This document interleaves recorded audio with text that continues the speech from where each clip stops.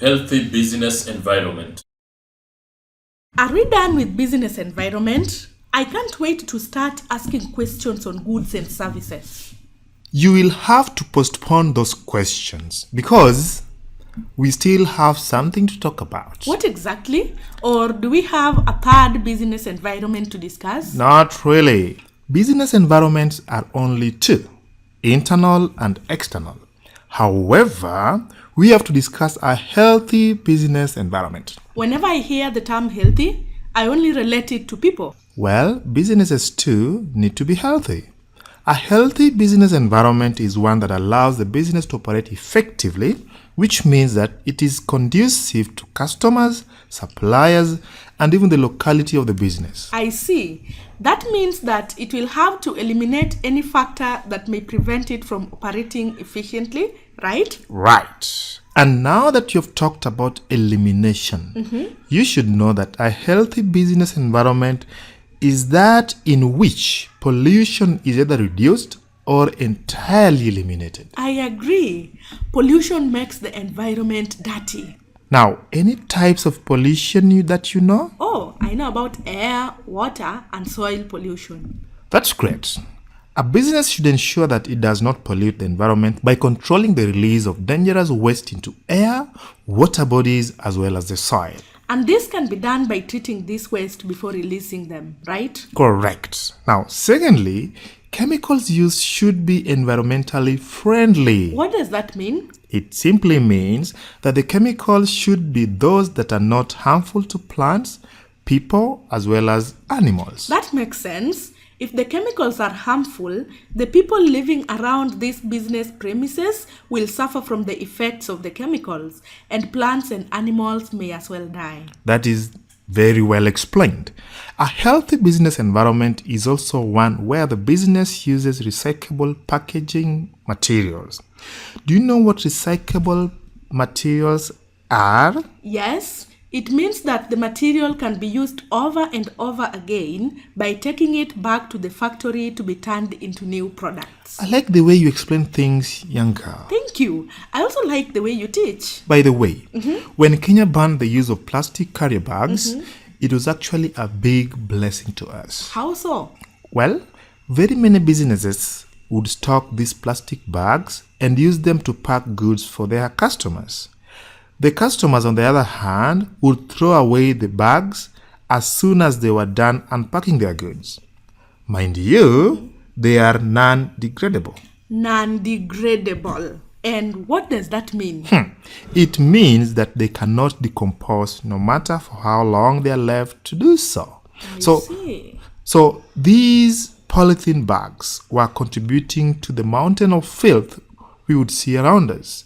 And any animal that swallowed them accidentally while grazing was in danger as well. Now I see why you called it a blessing. Yep. Moving on. Businesses should strive to give consumers correct information at all times. Do you want to mean that some businesses give false information to consumers? Well, as much as it is very undesirable, the sad truth is that there are still some businesses that do that. And that is very wrong. It is. I couldn't agree more. Now, by doing so, they lure the consumers into purchasing products which may not be beneficial to them. Worse still, the product may turn out to be harmful. Wait a minute. Which kind of information are we talking about here? I was actually waiting for you to ask me that.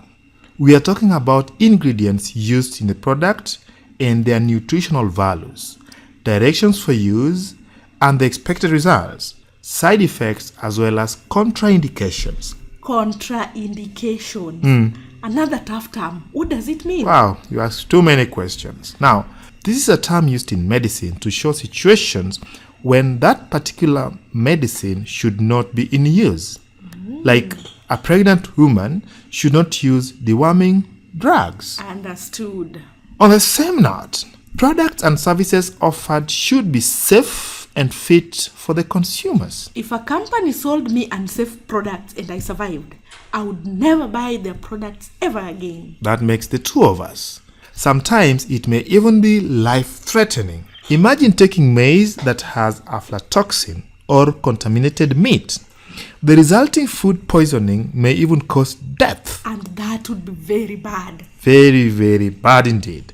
Next, a business should also strive not to deplete the natural resources that it uses as raw materials. And here we are talking about land, water, minerals, and so on.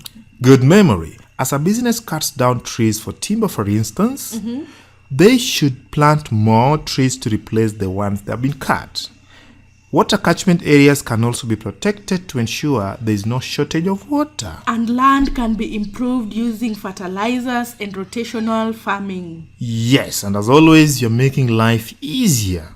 Finally, the government can also contribute to a healthy business environment. How? By ensuring that it provides the businesses with facilities such as water, roads, electricity, and so on. And that is all about a healthy business environment. Don't go yet. I want to talk to you about one more thing. Go ahead. I'm not about to run away. Well, we cannot effectively conclude the topic without talking about some emerging trends and issues. I am listening.